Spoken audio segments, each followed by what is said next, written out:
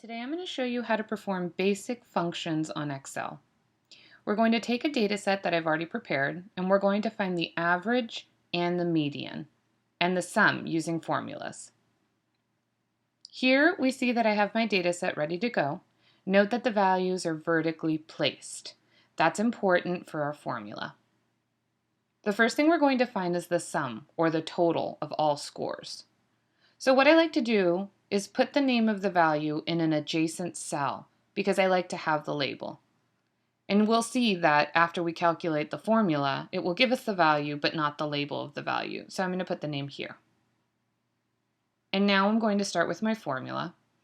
Some people like to have you do it through the formula button at the top. However, I think it's really useful to know the formulas by heart, so I'm going to have you type them out.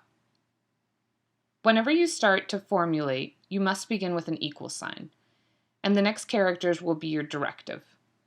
Here we're going to try to do the sum, so I'm going to type in S-U-M in capitals, and then you're going to put in a parentheses.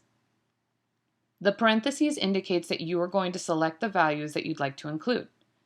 You can type this in by putting in B3, semicolon, B12, which means you're asking for the cells B3 vertically down to B12. However, I think it's easiest to simply grab and drag. So, after my parentheses, I'm going to select the first value, and you can see that there's a square around it. So I'm going to click and drag all the way down until my last value and let go. It's now highlighted, so you can either close the parentheses or you can simply hit enter. And there you go. Now, I'd like to calculate the average. It's the same process, so I'm going to put the label on the left-hand side to know what I'm calculating, and I'm going to start the formula out with an equal sign. Now, when I put the A, you can see that Excel populates it with the other most recently used or functions that begin with an A.